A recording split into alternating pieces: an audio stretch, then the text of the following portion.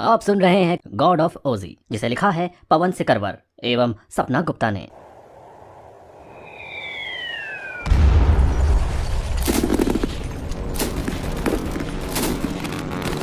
चारों तरफ धुआं फैला हुआ है। गोलियां चलने की आवाज के साथ ही कुछ लोगों के चीखने की आवाज सुनाई दे रही है। मारतंड एक पत्थर के पीछे छिपा हुआ है और लगातार गोली चला रहा है। एक गोली उस पत्थर पर आकर लगती है, जिसकी वजह से एक चिंगारी के साथ एक पत्थर मारतंड के सामने से गोली की तरह निकलता है। सामने एक बम विस्फोट होता है, जिसमें एक जवान का हाथ कटकर उसके सामने गिर जाता है। दूसरी तरफ कुछ लोगों की चाइनीज भाषा में बोलने की आवाज आ रही है। मारतंड बस एक गहरी सांस लेता है। वो पहली बार किसी युद्ध में आया था, इसलिए वो ऐसे भयानक दृश्य को देखकर घबरा चुका है। वो लेटकर रेंगता हुआ दूसरी तरफ जाना चाहता था, क्योंकि वो वहाँ से आसानी से पीछे भाग सकता था। वो अपनी जान नहीं खोना चाहता था।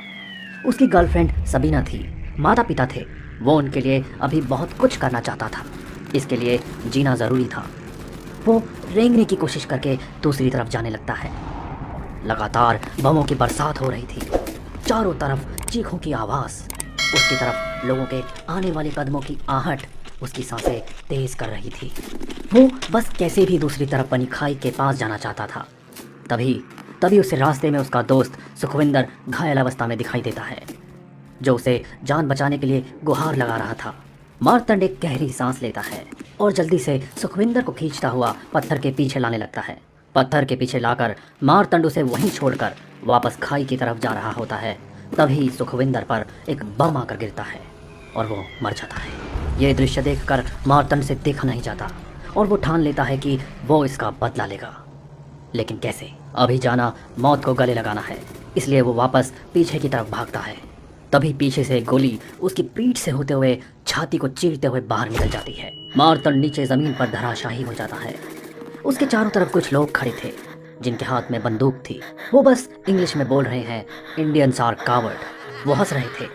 मारतंड की आंख बंद हो जाती है, उसकी सांसें बंद होने लगती है। तो ये था मैं, एक कायर की मौत मरने वाला, शायद पहला इंडियन फौज का जवान।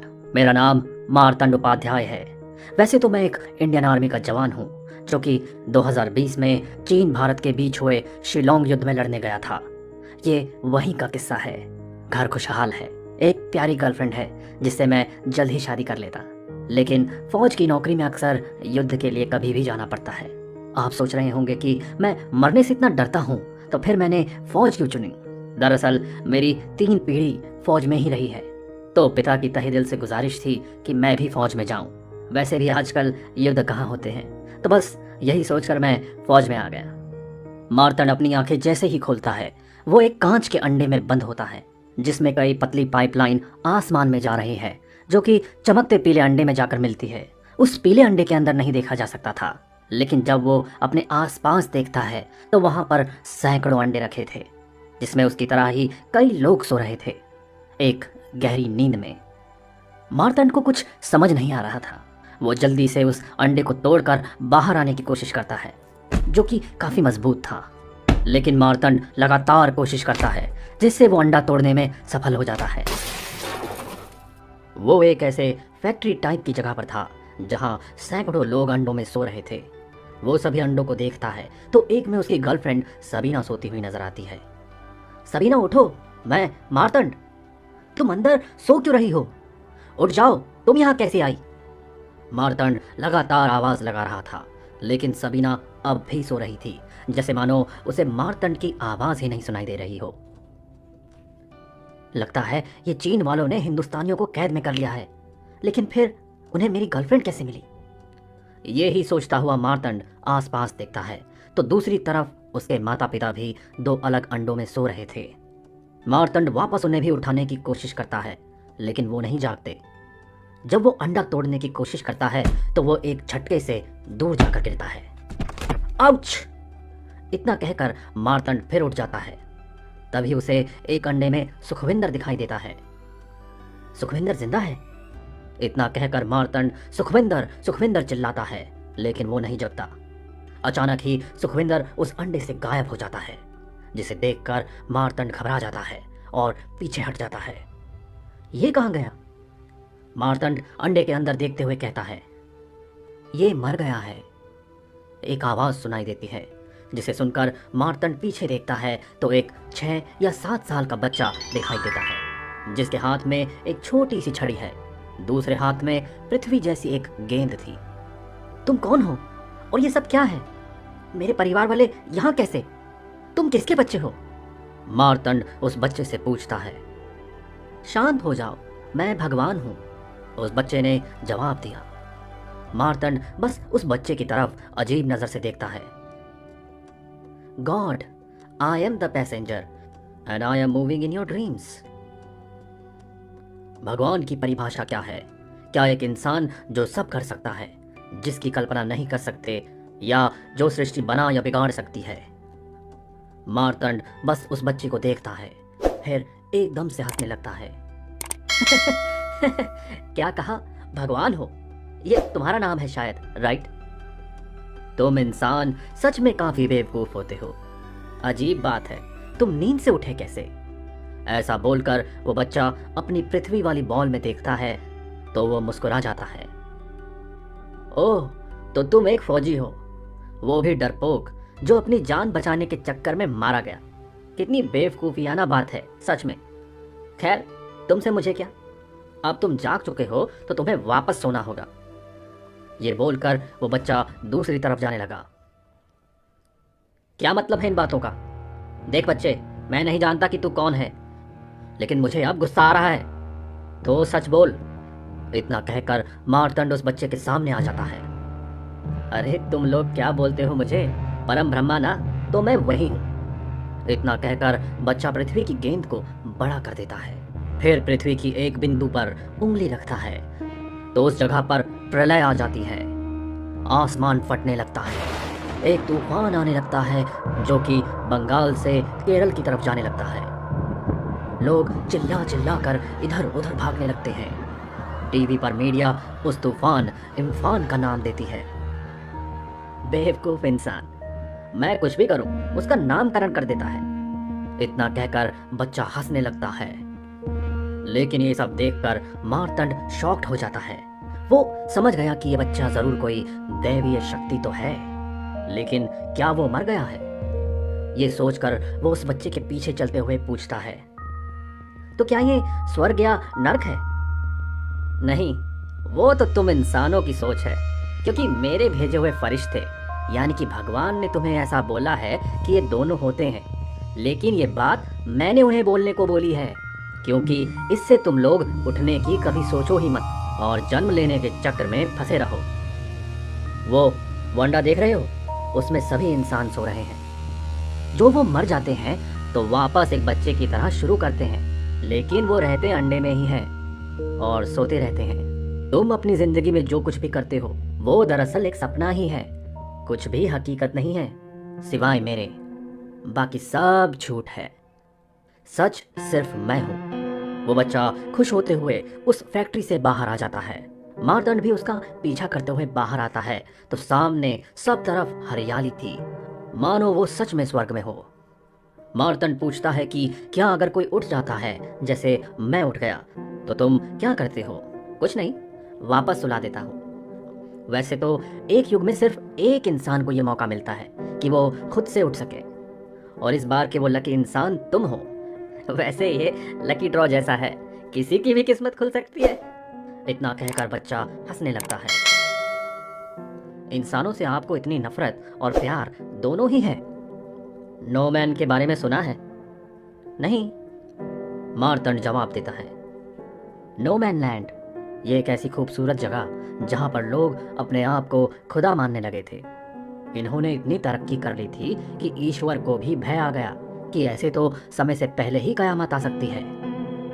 तो ईश्वर ने अपने फरिश्ते जिब्रिल को नोमैन लैंड भेजा और कहा कि ये जगह इस धरती से गायब कर दो। अब इस जगह पर ये लोग कैद होकर कयामत तक रहेंगे, ना मरेंगे और ना ही बूढ़े होंगे। जो जैसा है वैसा ही थमा दो। लेकिन जब कोई पृथ्वी का इंसान इस जगह को ढूंढने की कोशिश करे तो उसे ये जगह ना दिखे। जिब्रिल जब धरती पर नोमैन की धरती पर आया तब वहां पर एक बच्चा अकेला किसी बॉल से खेल रहा था। जिब्रिल को शक हुआ कि ईश्वर फालतू में इन लोगों से डर रहे हैं, लेकिन ये लोग बस इंसान हैं जो सिर्फ एक सीमा तक ही अपने ज्ञान का विकास कर सकते हैं। इसलिए जिब्रिल ने उस धरती को गायब करने से पहले वहां के लोगों की परीक्षा लेने की सोची। तो वो उस बच्चे के पास एक इंसानी भेष बनाकर गया। जिब्रिल ने उस बच्चे से पूछा, तुम्हारे उस्ताद कहाँ पर हैं? वो तो अभी यहाँ नहीं है, शायद किसी काम से गए हैं। क्या आपको उनसे कुछ काम था? उस बच्चे ने जवाब दिया। हाँ, मुझे उनसे कुछ पूछना था। जिब्रिल ने जवाब दिया। आप मुझसे भी पूछ सकते हैं, उस बच्चे ने जोर देते हुए कहा। यह सुनकर जिब्रिल एक सोच में डूबा, फिर अचानक से कहा, ठीक है, तो ये बताओ कि इस वक्त फरिश्ता जिब्रिल कहाँ पर है? जिब्रिल जानता था कि उसका इस धरती पर होने का बस भगवान और उसे ही पता था। उस बच्चे ने काफी देर तक गणना की, फिर गणना के बाद उसने जवाब दिया कि फरिश्ता जिब्रिल ना ही स्वर्ग में है और ना ही पाताल लोक में, वो हम दोनों में से कोई एक है। ये जवाब सुनकर जिब्रिल काफी डर जाता है, क्योंकि उस बच्चे ने गणना करके स्वर्ग के फरिश्ते के होने तक को जानना सीख लिया था। इसलिए जिब्रिल ने तुरंत ही ईश्वर के आदेश को मानते हुए नोमैन की धरती को पृथ्वी से गायब कर दिया। तो क्या अल्लाह, शिव, यीशु जैसा कुछ नहीं है? मार्तंड चौंकते हुए पूछता है। ये तीनों तो मेरी आवाज़ है।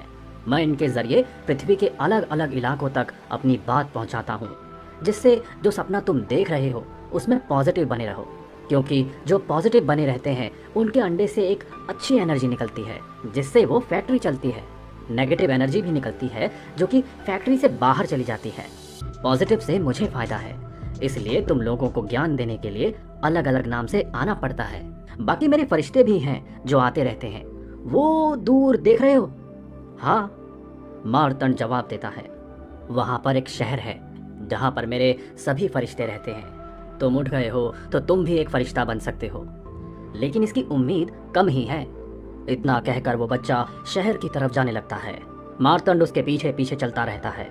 वो एक शहर में आता है जहां पर इतने ही अजीबोगरीब लोग थे जिन्हें देखकर मार्तंड चौंक जाता है। मार्तंड की हालत देखकर वो बच्चा हंसकर कहता है कि पूरे 33 करोड़ हैं। अचानक ही उस शहर से एक अजीब आवाज आती है, वेलकम टू वर्ल्ड ऑफ ओजी। ये वर्ल्ड ऑफ ओजी क्या है? इसके पीछे एक लंबी कहानी है। वो बच्चा इतना बोलकर चुप हो जाता है।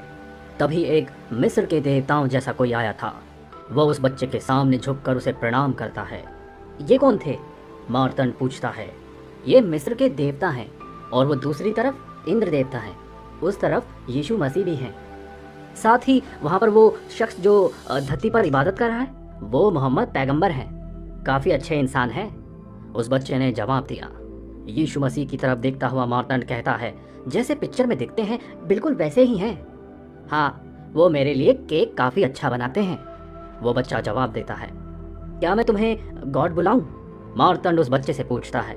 हाँ, तुम्हारी मर्जी है। तो हमारे साथ इतना बुरा होता है दुनिया में, तो आप कुछ करते क्यों नहीं? मार्तंड पूछता है। वो तुम लोगों के बुरे सपने हैं, लेकिन सपने तो आप ही देते हो। ऐसा नहीं है, तुम लोगों की सोच पर निर्भर करता है। सपने में तुम लोग सीखते हो और वैसा ही होता चला जाता है। लेकिन इतने लोग एक दूसरे से मिलते कैसे हैं? सिंपल है, क्योंकि सब जुड़े तो एक दूसरे से ही हैं। It's called DNA. जिनका डीएनए एक ही परिवार से मिलता होगा वो जरूर मिलते हैं। तो मैं कैसे जाग गया? और जो लोग मेरे जैसे हर युग में जग जाते हैं, फिर उनके साथ क्या होता है? एक युद्ध की शुरुआत होती है। मतलब अब इन 33 करोड़ देवी देवताओं में से 100 भगवानों को चुना जाएगा जो आपस में लड़ेंगे। तुम उन 100 में चुने जा चुके हो, अब 99 बाकी है। इसे कहते हैं गॉड ऑफ वॉर।